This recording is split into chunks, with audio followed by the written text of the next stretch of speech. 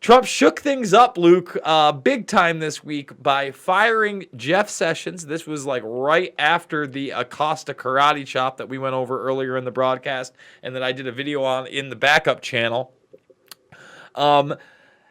He hires a guy named Matt Whitaker. Now, I actually played some audio, Luke, on that video of Whitaker talking about how Hillary Clinton had broken the law. She needed to be taken to justice, and the only person that could do that would be the attorney general. Now, Trump goes out, in front of the media and he says, I don't know Matt Whitaker. And then they have a video of him from a month ago, Luke, saying, I know Matt Whitaker. Does it surprise me? No. No. Because, again, this is, the same kind of things that we always see from this administration. Just playing more spin with spin. And the media is filled with lies. And what do you expect of our elected officials? And again, Trump has been doing this, even though a lot of people on the right wing tried to ignore it. But he has been making just the biggest bold-faced lies out there. Incredulously, and I think it's not a good thing. It's not a good characteristic of his to be just so blatantly misforgiving and so careless with his words. And let's be clear, Luke. He did this obviously to protect himself from the upcoming indictments that have nothing to do with Russia, but everything to do with his businesses. This was his ace in the hole. This was his card to play. There is no doubt in my mind. However, when, for instance, there was a reporter that asked him if he hired Whitaker to shield him from the Mueller indictments, and he said, that's a stupid question. Now, I happen to agree with Whitaker that Hillary Clinton is a criminal and should be brought to justice. So hopefully some hardball is going to be played, because this is the other report. The day after that happens, Luke, this comes out. This is an Observer story. Team Mueller is holding dozens of sealed indictments, according to an intel source. Now, this may be a full-on bluff, or Mueller may have imagination land indictments on Russians that he's never going to get, such as the supposed GRU people that he's already indicted, or it could be people like Roger Stone, Eric Trump, Donald Trump Jr., and those people. What are your thoughts? Do you think this is a plant story? Jason, this could be QAnon talking and being right about the secret indictments, but the indictments were against Donald Trump all along.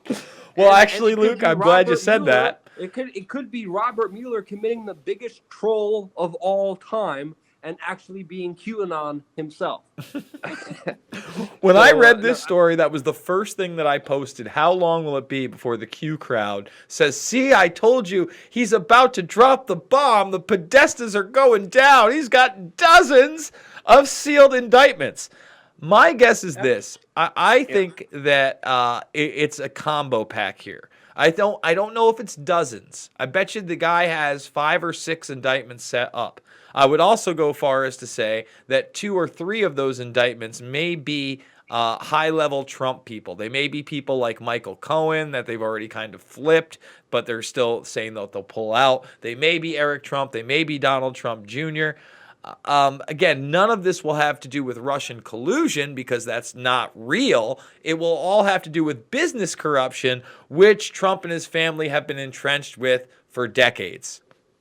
I mean, if you look at the political and business kind of environments that we live in, every single politician, every single businessman breaks some law or another. There's a great book.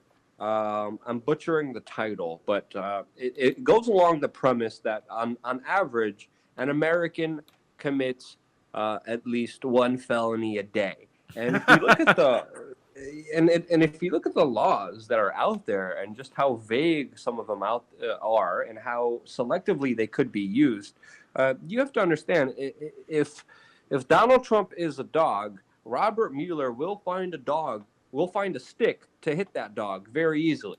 That's kind of an analogy that my dad kind of used. If you want to hit a dog, you're always going to find a stick.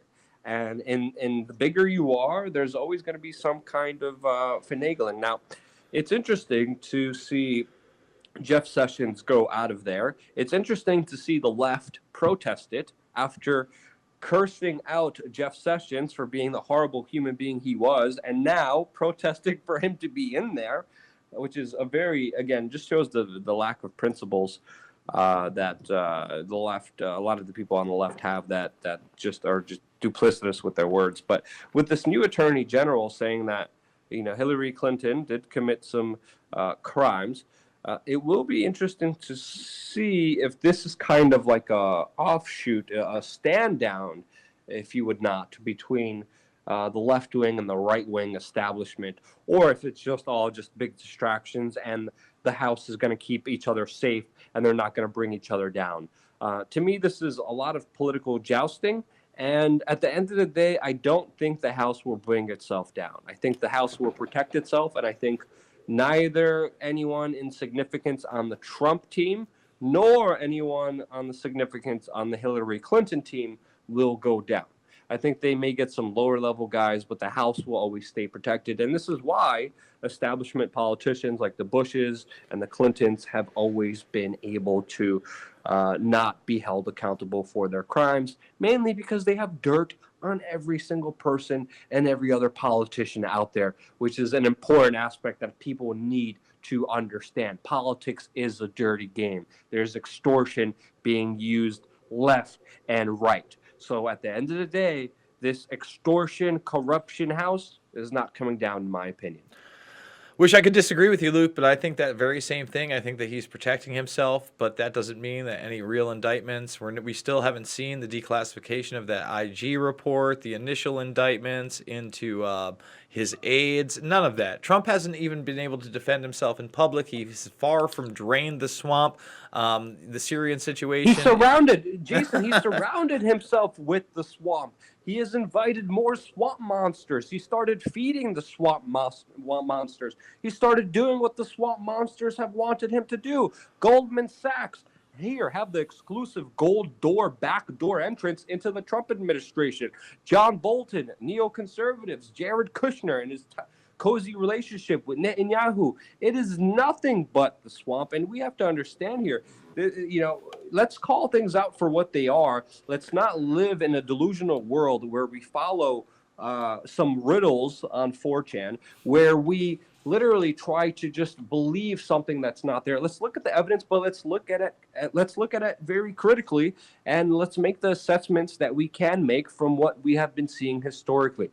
If this thing changes, we of course will be the first ones to admit that we're wrong, especially with the analysis and the kind of scenario that I laid out before you, but I really don't see this going any other way. But of course, we're going to be following this very closely, and it is a big development, especially with Sessions getting out of there, with this new guy getting in there, and this intelligence source, which again, if we know anything about the mainstream media, if they're using an intelligence source and not a name, there's a very high likelihood that the story about these secret indictments of Robert Mueller are just absolutely false. Because if we look at that investigation, they have been grasping at the straws and haven't really proven Russian collusion at all, Jason.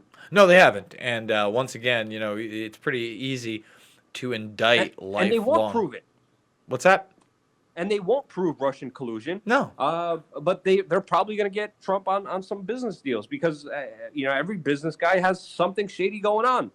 And we know he's shady. Again, we've went over it so many times.